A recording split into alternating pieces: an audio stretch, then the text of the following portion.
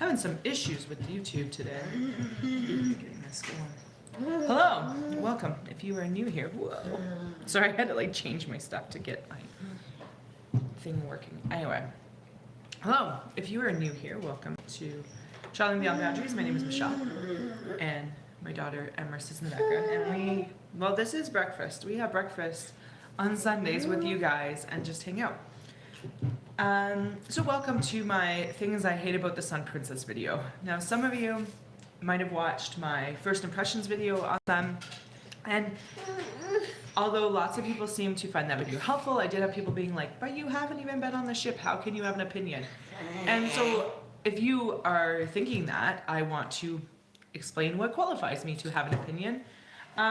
So first off, I am a Princess Cruises certified expert. That is not a title that I gave myself. That is a legitimate title that Princess has given me based off of the training that I have completed as a travel agent with them. Also, I am a travel agent for multiple lines, not just Princess, but Princess is the one I've cruised the most with and I love the most. And so that is why I make Princess content. I've been talking about the sun for months. It's not like I just like suddenly was like, oh, the sun is out, I should make a video on it. I've been talking about it for months. So people have wanted to know my opinion about it. But mostly I just do a ton of research on Princess and on the sun and on all the things. And pretty much like if I said to you, oh, what do you think about Disney World? Pretty sure that 99% of you have some sort of opinion about Disney World, whether you've been there or not. And if you don't have an opinion, pretty much guarantee that if you spent even like 10, 20 hours researching, you could come up with an opinion on it.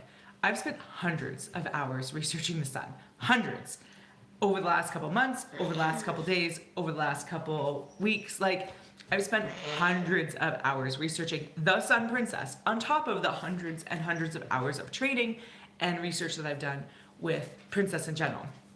And that's not to include the hundreds of hours I've done with other cruises and as well with cruise travel in general. I am also a certified cruise counselor through CLIA, which is the Cruise Line Industry Association. And so I am not just certified with Princess, I'm certified with multiple lines. So anyway, my daughter doesn't want to eat breakfast. I'm gonna feed her chips. That's my go-to right this second. She got her feeding tube out and I just want her to eat. Anyway, so no, I have not been on the ship. There's been people on the ship though that are like recently part of like the media part, and I have to laugh. And this is no way criticizing or like judging them, but like JJ Cruises, I love them, but we watched their live stream, like the replay of their live stream tour of the Sun Princess. So these are people that are physically on the ship. There was a lot of errors in their, like misinformation in their video. And I don't think, it obviously wasn't on purpose on their part, but for them, they haven't cruised Princess. The last cruise that one of them took was in 2014. The other one has never cruised with Princess. From Ruth, hi to both of you. It's Mother's Day here in the UK. I'm not sure if you celebrate in Canada, but if you do, happy Mother's Day to all the mums out there. Happy Mother's Day to you. We celebrate Mother's Day in May, but happy Mother's Day to those in the UK. Did not realize it was Mother's Day today.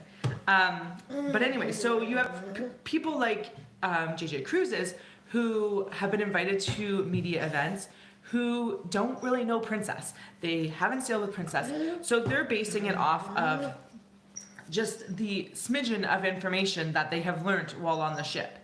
And so it's kind of frustrating from me getting comments on my other video about like, I don't care about your opinion. It's like, if you don't care about my opinion, move along. Because there are people that do care about my opinion.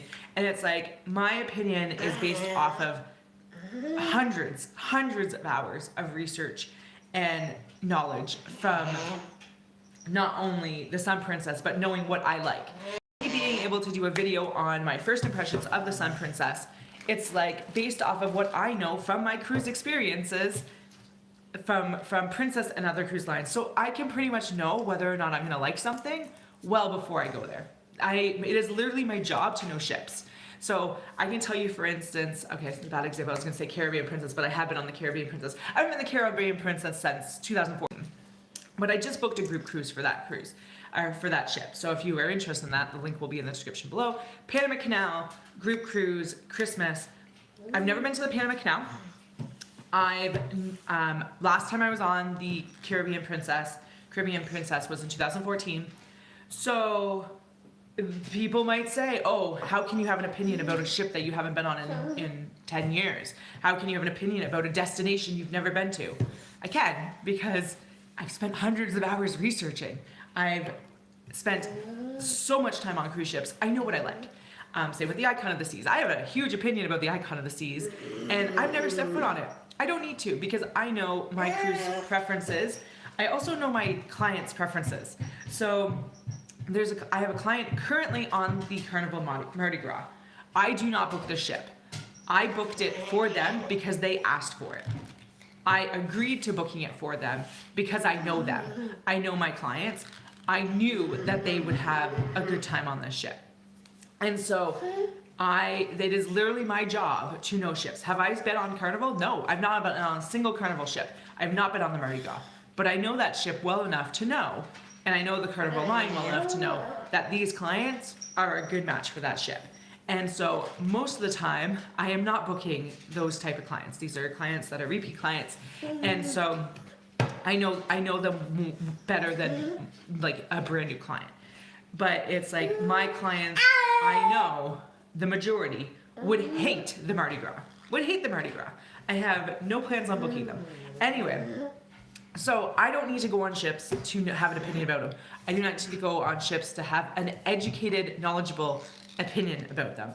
I can base opinions based off of the hundreds of hours of research I do, and pulling from past experience, pulling from cruise line knowledge, pulling through all of that. So if you are here and you are like, I would like to know what Michelle hates about the Sun Princess because I trust and value her opinion based off of her knowledge, welcome. Hello, I love you.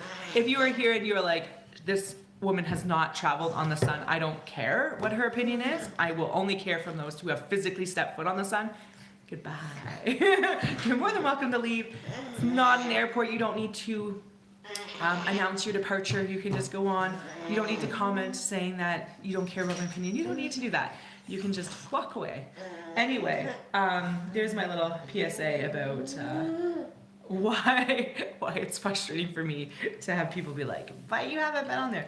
Because those that have been on it don't know Princess. Honestly, just like I don't feel like I will never do a video on, say, the newest celebrity ship. I don't sell celebrity enough. I've completed their training, but I don't know them well enough to do a whole video on the new celebrity whatever or Disney whatever. I sell the lines.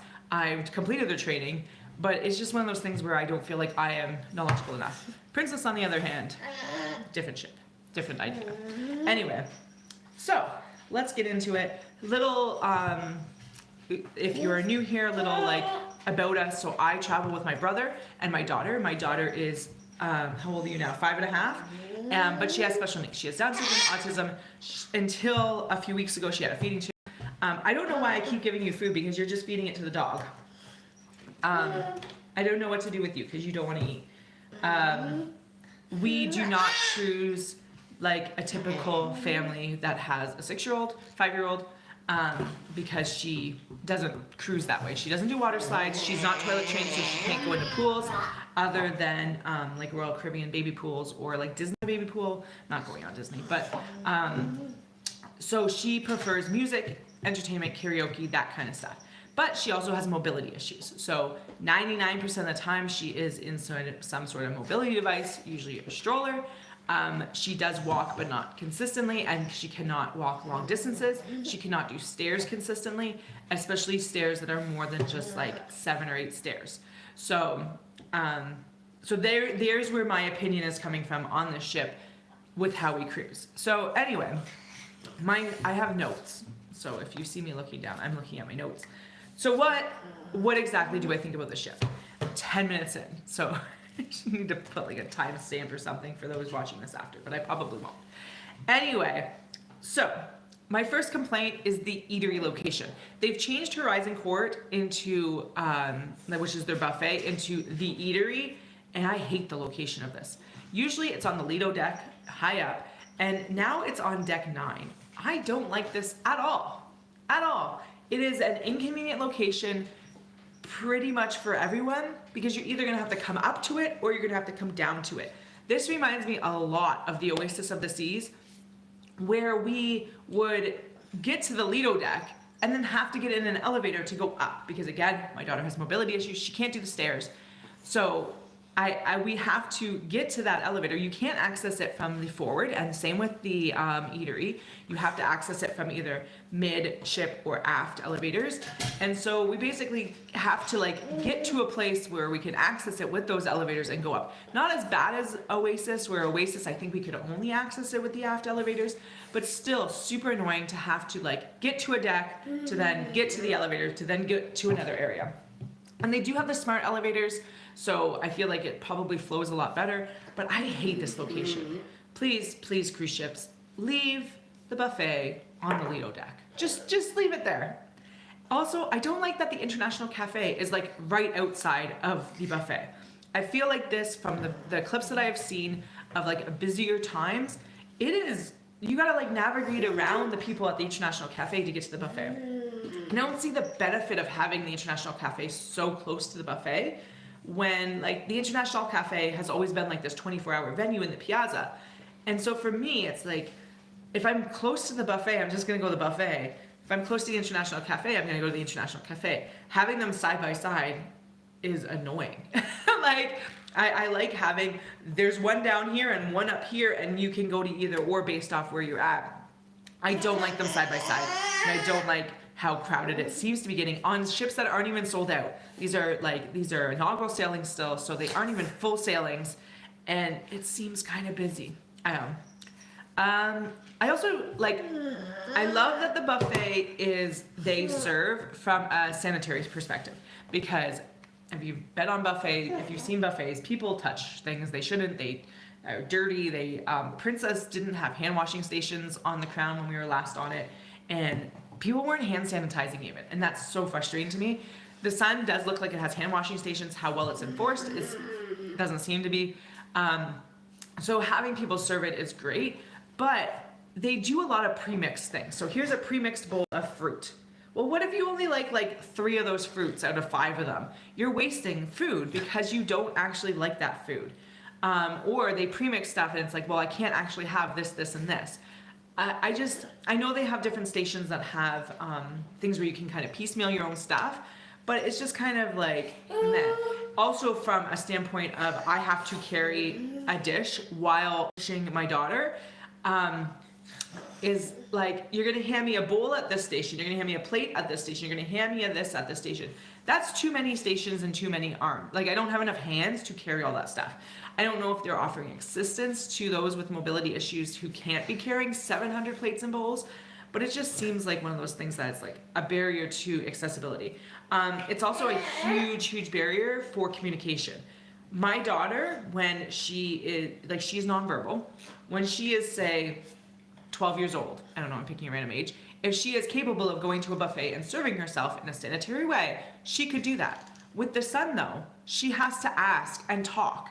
For a nonverbal person, that is like hard.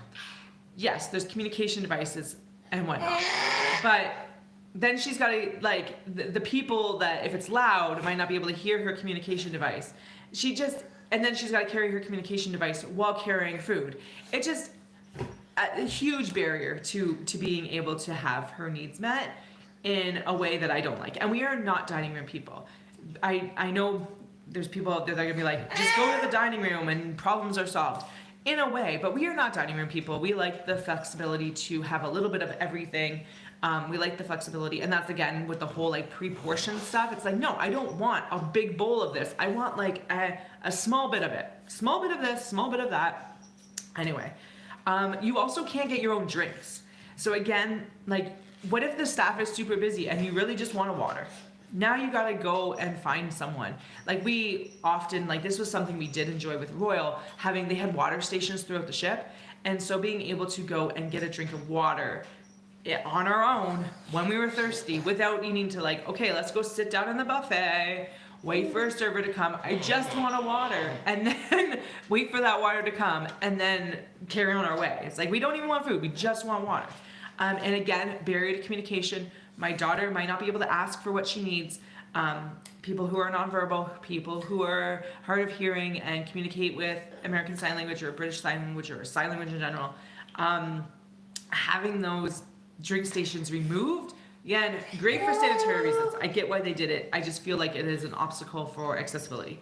The buffet hours, I have heard, have also changed.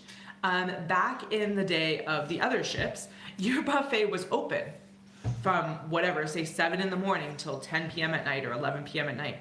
And what they did was they rotated like the menus out, where you kind of had like part of the buffet, like 2 lines, right?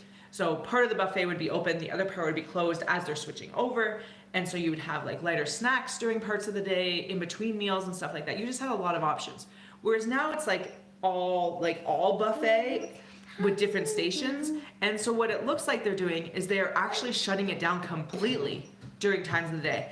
And I feel like it was the same as like with Royal, where there's like a 3:30 to 5:30 gap or something like that, where there's no buffet. Now, I do feel like this is somewhat solved by the other food options on the ship, because you do have International Cafe, which is 24 hours, which is right outside of the buffet. And then you also have like the Lido food, which has the Lido tacos, Lido slice, Lido greens, and Lido grill. So you have food options there. You have food delivery service, which I love the food delivery service. And because this is a new ship, they actually built it around the crew needing to navigate the ship in a way for food delivery and drink delivery. So that's the benefit of being a brand new ship, where you already have this technology. They already know how to make these corridors and stuff. But and then there's also like the promenade food, which I think I saw pizza and coffee, something like that. Anyway, so there are other options. It's just weird that the buffet is closed during hours. But I don't anticipate it being a huge issue because there's those other food options, but whatever, we'll see. A big thing that affects us personally, which may not affect you, but I wanted to mention, seems like they have less vegan options and less gluten-free options compared to, say, the Sky, or even the Enchanted, I think, was one that we had seen that had a whole section on their buffet of vegan and gluten-free options. Not a huge section, but there was a section. It seems like the buffet has very few of this. You basically have to find one that you can custom make all your stuff at, which is fine. It just would have been nice to have actual options. I don't know. We're on this ship for 21 days. So the reason I'm mentioning food so much is because we are eating for 21 days on the ship, and like, that's a long time.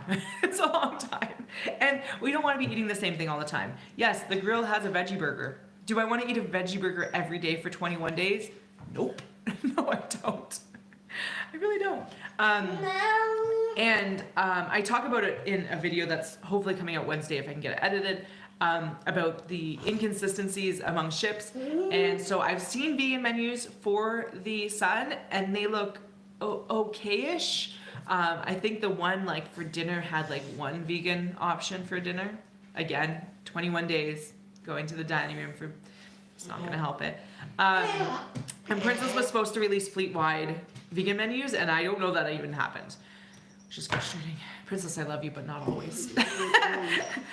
Especially seeing like Holland America. There's crepes, vegan crepes and waffles and pancakes and fake chicken, and anyway.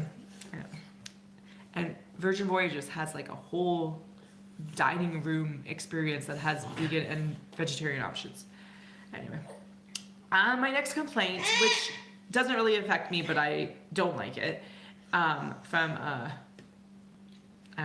like my client standpoint, a travel agent standpoint for clients, is the only adult pool is in the sanctuary, which back in the day, when you had the retreat pools on the Royal class ships, the adult only pool, there was 2 pools. One was in the back, the terrace pool is adult only, and then you had the retreat pool at the front pool, by the sanctuary, but not in the sanctuary. Whereas now, the only adult only pool is in the sanctuary. So if you want an adult only experience, you have to pay for it, which I don't like. I don't like it at all. I've heard they've also raised the prices from $40 to $90 or $99 per day, which cruise lines are going to raise prices until people stop paying, which people are going to always pay, unfortunately. But they've increased the capacity of it to like 300 something people, and now they're charging $100 per day US for an adult-only pool, basically. The lounge chairs don't even look nice. Frustrating. I feel like they should have kept the sanctuary part separate from the pool. Anyway, I've already talked about Park 19. I hate Park 19. Princess, please don't turn your ships into amusement parks. I don't cruise with Princess for amusement parks. I don't want an amusement park. I don't want an amusement park. I have yet to see the splash area in running. I don't know that it is running, but anyway, I'm just mad about Park 19 existing.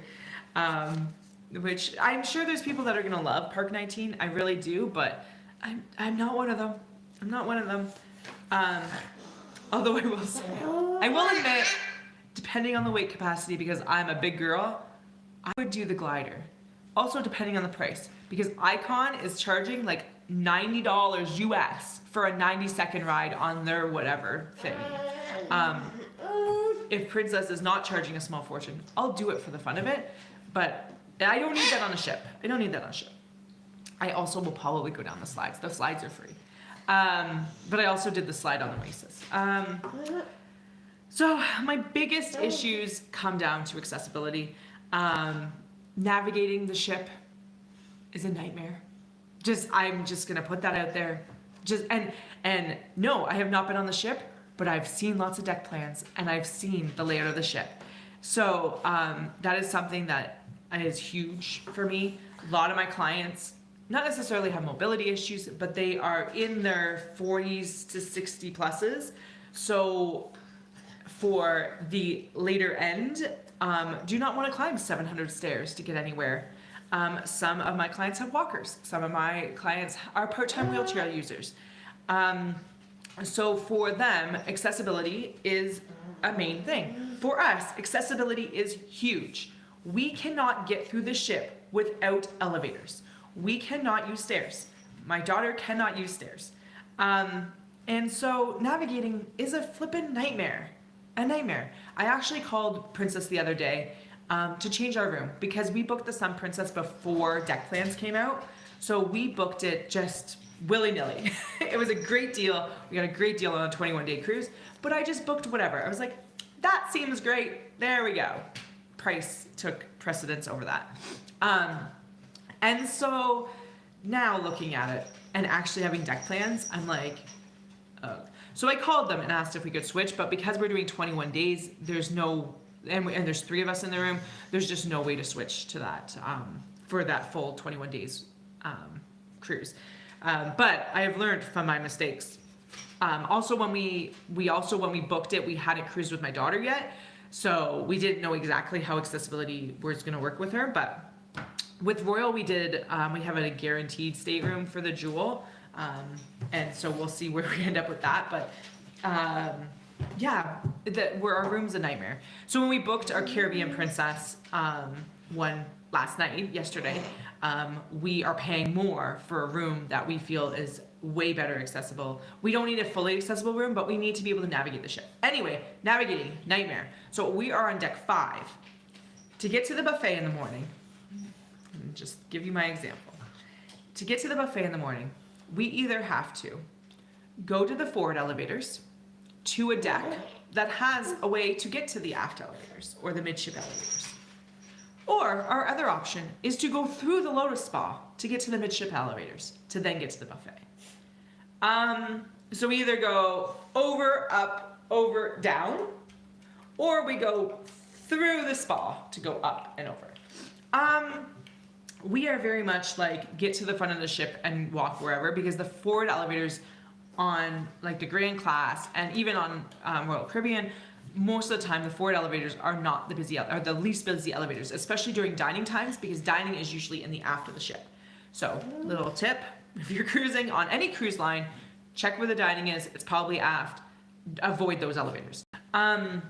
So for us, we usually go to the forward of the ship, we go up and we go across, and that's fine. With this though, we can't do that. There's no access to the buffet from the aft elevators. So yeah, I don't like that at all. So we are gonna probably just go through the spa every day. And for 21 days, multiple times a day, we're going to be cutting through the spa. Hope those spa people love us. We'll smile at them. We'll be like, hi, we love you. Sorry, your ship is stupid spa for the spa. Are you agreeing? Are you clapping? Have you eaten any bread? Are you just feeding it to the dog? Also, accessibility in the dome and in the piazza. So the dome, there's a top dome and the bottom dome, and I'm not sure how you get from the top to the bottom unless you backtrack out of the dome to take the elevator down. And areas of the terrace as well. I did see a ramp for some of it, but I'm like, the accessibility of it is just questionable for me. Same with the piazza. I love the seating around the piazza. There's so much seating. It's more like a stadium now, but I don't know where the accessible seating is. So like in the normal theaters, on most ships, you have an accessible seating area where you can pull someone in a wheelchair and the companion can sit beside them, or you can just pull you all in. I have not seen an accessible seating area for the theater, for the piazza. And they have a lot of stuff going on in there, which is why they have so much like stadium seating now with multiple things. And like my brother's like, oh, there's just a few stairs, we'll just ramp her down. I'm like, oh, okay, but no, we shouldn't have to. There should be accessible seating somewhere for us to be able to do that. Now maybe there is. This is where I will say that like not being on the ship, probably I could use more information about stuff like that. But I have watched a lot of videos of that piazza, and not once have I seen an area that showed accessible seating. The arena also looks very small, the Princess Arena, for the amount of people on the ship. Especially we were comparing it to the Caribbean Princess, because we are in that mode now. I know that's like a cruise that's like a long time away, but that's December 2025. But when we start researching into cruises, we research into cruises. And so looking at the theater size for that, and we're like, wow, the arena looks so small now. Now they will have multiple show times, but it seems really small. And again, I haven't really seen accessible seating. I'm sure there is some around the top. But it was just like, how are you gonna fit everyone in there? What else is on my list? Park 19 I talked about. Guest services location. I don't like it. I think it's like so inaccessible. I feel like they shove guest services in like the middle of nowhere. I think it's down by Firefly Park and stuff. It's down, I want to say deck 6, down in the middle of nowhere. And I don't know if that was like to keep the crowd out of the piazza, because usually it's in the piazza or like off to the side of the piazza. And I know lines form and stuff like that. Been there, done that on disembarkation, trying to get stuff sorted out. Don't feed the dog all the bread. Yes, it goes in your mouth. So maybe they were trying to keep it in a less busy area. But I feel like there's a lot of times that we were like walking past guest services and we were like, oh yeah, I need to ask this. And we would go there. Now you can use your app to ask questions, but there's certain times when you want to just go talk to a person in person. And even sometimes, because on like the Crown, for instance, it was on deck 6 in the piazza, which their piazza level, their levels are different. But anyway, so there was times where it's like, oh, I need to go up or down a level because it wasn't a level we were on a lot in order to access it. But that to me is different than like having it hidden away in a place that no one's really gonna see unless you're going to like the Firefly Park and the kids area. So I don't know, and I haven't seen a lot of the area in general to see how big it is and whatnot, but I just feel like they were like, don't bother us, we're gonna shove you down here, we're gonna make it a huge effort for you to come and ask us something. And Princess, in my opinion, has one of the best customer services on board. I'm not gonna talk about their like land-based stuff, because land-based call centers and land-based stuff, even the travel agent side, 99% of the time I know more than them. But anyway, I just feel like they shoved them off in a way that was like, we don't want to know your problems. Message us on the app. We don't want to deal with you. And maybe it's not that way. Maybe there's a flow in the staircases or something like that that makes it seem like more logical than it is. But I just was like, why is guest services way down there? I also don't like that the Firefly Park in the kids area is way down in like the dungeon kind of feel of being down on deck 6.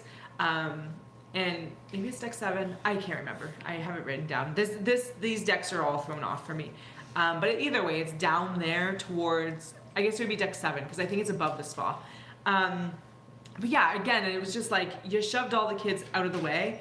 And you look at something like the Caribbean Princess has a whole outdoor play area with a water table. My daughter can't go in the splash play area because she's not toilet trained, but there's a water table. She'll be fine. The Sky also has an outdoor play area. So you have this beautiful Firefly Park, and maybe there is outdoor play, but I don't think so because that is pretty far down. You're pretty darn low on the ship. And so, yeah, I will say it's funny because the outdoor promenade area where the buffet is seemed like in videos to be extremely, extremely close to the water. And then we were watching another video and we're like, wait, it's way up on deck 9. It's nowhere near the water. The perspective was like, the water's gonna splash up, but really, you're nowhere near it. Anyway, guest services location. There's no big lounge, and I get it. Like, you look at, say, the what's it called? Club Fusion and the Skywalkers. I'm getting my cruise lines mixed up right now. But you look at those, like, big lounges that weren't really used a ton. So Princess has been, like, kind of getting away from that. But for us, like, we like having a big space to just hang out in. Especially if it's raining out or something like that. And you want to kind of escape,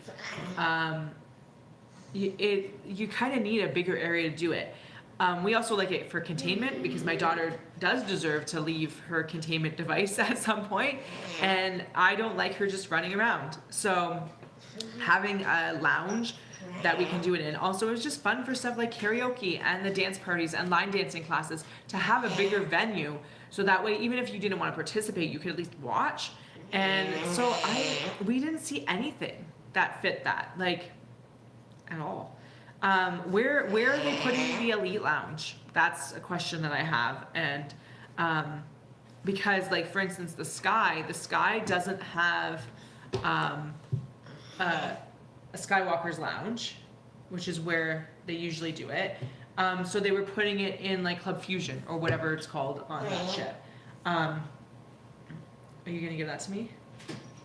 I want to say Vista Lounge. Am I on the right ship? They were doing it in a lounge that was similar to Club Fusion, if it's not called Club Fusion. So I'm like, where are they doing that? Because I could not see anywhere that they could possibly be doing it. Maybe I just need to do some more research. But I was like, we liked it in the Skywalkers. We enjoyed going to the Elite Lounge up there. So if you're new to Princess and you're like, what are you even talking about? The Elite Lounge is like a tier on their loyalty program that you get access to a specific evening lounge that has like some snacks and stuff. I did a video on it, the food that was offered during, some of the food that was offered during our Crown journey in August. But yeah, I don't know. I don't know where they're putting that. And my last big issue, which I realized later that maybe it's not as much of a big issue, but there's no promenade to just walk around the whole outside of the ship. Now the Crown and the Caribbean Princess doesn't have this either because you have to like walk and then you go upstairs, but we would like cut through the elevator area. Are you eating any of this? And so maybe you can do that with this too, but there is very like, it doesn't flow. The ship does not flow. There's like constantly something in the way. There's like sweets in the way, and there's the cabana deck is in the way of walking pretty much around anywhere. Like the flow is just not there for me with this ship, and I think that's my biggest issue. And like I said, we are spending 21 days on this ship. We will enjoy our cruise on the ship. I am not saying that this ship will not make us happy in any way. The food options on the Lido, that's what's gonna make me happy. That's pretty much it. And the dome, sitting in the dome, if it's not jam-packed, and if it's not hot as hell, because we're going to the Mediterranean in July. So those are kind of the things that I'm excited for. I'm excited for a newer ship because like like the Caribbean Princess is probably the newest ship we've actually been on, because I think it's the last of the Grand Class. So like we're excited to try new ships with Princess, but it's like this is not it for me. I wanted to like this ship more than I actually do. I knew it wasn't gonna be my favorite because I'm not into big ships. I don't like big ships. So I knew it wasn't gonna be my favorite ship, but I thought I would like it more than I do. And I think some of that is just the navigating the ship is not accessible. And for Princess, who caters to an older crowd, it's frustrating. It's really, really frustrating to have a ship that just isn't accessible in my mind. It just isn't. If they could take things like the smart elevators and throw them on all the ships, that would be great. If the Crown could get a butter buffet, like the Sky, not like the Eatery. I don't like the Eatery on the Sun. But anyway, there's my complaints about the Sun. Like I said, not my favorite ship. I definitely, there's people that are gonna love it. People on the inaugural cruise, which was a bit of a nightmare in terms of nothing being ready, have already said that there's a whole bunch of people that have booked on the Star for inaugural because they love the ship so much. So this is where Princess and cruise lines in general are not going to change how they do things when people are going to book anyway. So there's people that love this ship, people who love the Sphere class, who are going to be happy to sail on the Sun or the Star. I'm not one of them. I won't book a ship within the first year of coming out. That's going to be my go-to. But I'm really, really hoping that Princess will come out with another class of ships that's more along the island, the Coral class, which is the island and the Coral, because those are the small ships that do really well for smaller destinations. I think that they should make LNG small ships for destinations like the Norwegian fjords, where they can't go in. I think they've changed it now to 2025 is the last season. But there's a whole bunch of Norwegian fjords that are going to be shut down to those that are not in LNG ships. Good luck, Royal Caribbean. So Princess, I think, should make smaller LNG ships. I feel like the Sun and the Star will be able to go there. I've heard that they have made the Sun and the Star, with their insulation and stuff, be able to go to colder destinations. So I wouldn't be surprised if they ended up doing Norwegian fjords with the Sun or the Star. The Sun and the Star are still smaller ships. They're not these monster ships. They're still smaller ships, but they're not as small as I would like. And then I've also heard potentially doing stuff like Alaska. But to be honest, we are avoiding them. Well, we have the 21 days on the Sun. Totally excited for that. But now we booked that well before we saw layouts, well before we knew anything. We took a leap of faith, and I'm not canceling that one because we got such a good deal and we're excited to go on a new ship. It's not that I'm not excited for the Sun. It's just one of those things where it's like, I'm going to enjoy the cruise, but it's not going to be my favorite. I'm going to enjoy the pizza looks great. That's what I'm going to say. The pizza looks great. So let me know in the comments below or live here if you have questions or what your opinions are of the ship. Maybe you don't care about accessibility. Maybe you're like, I take the stairs. I will say that I do like the wide smart elevator areas that lead to stairs, because hopefully those that are able to take stairs will take stairs. Back pre my child existing in my life, which yesterday was 4 years since I met her. Where has the last 4 years gone? I don't know, but met her 4 years ago yesterday. And so for us, we took stairs. We took a lot of stairs. We wouldn't do it for like 100 flights up, but going down all the time. We've done it with her. It's not the easiest thing, especially now that she's getting bigger. But we've done it with her going down. I can do one flight going up with her if I have help, because someone's also got to carry her stroller. And going down, I can do like 4 or 5 flights, 4 or 5 floors. But I prefer not to. I prefer to use elevators. I like to just, she deserves the right. And there's a lot of people cruising that can't just have someone carry them up and down stairs. So there you go. There's the things I hate about the Sun. And I'm looking forward to the Caribbean Princess. I'm always like, I have ADHD, so like that dopamine hit of like booking a new cruise. I saw a thing the other day that was like Dory, and it was like, I need to stop spending money. Ooh, look, a cruise. And I'm like, that's me. That's me. Oh, but I'm fully booked now until summer 2026. Summer 26. And summer 2026, we already know we're doing Alaska. We're just waiting for the stuff to come out for that. So we're doing Alaska group cruise.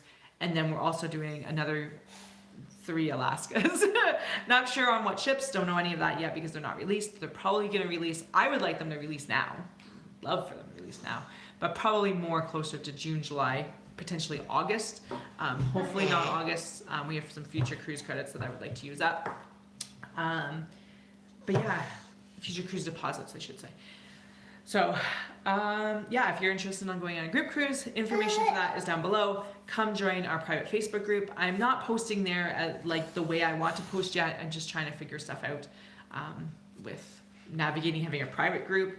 And whatnot, but there's an event page for the Panama cruise as well, but also in the description there is the link to book. If you're interested in booking, I have limited rooms, and right now Princess has reduced deposits, so I cannot guarantee prices.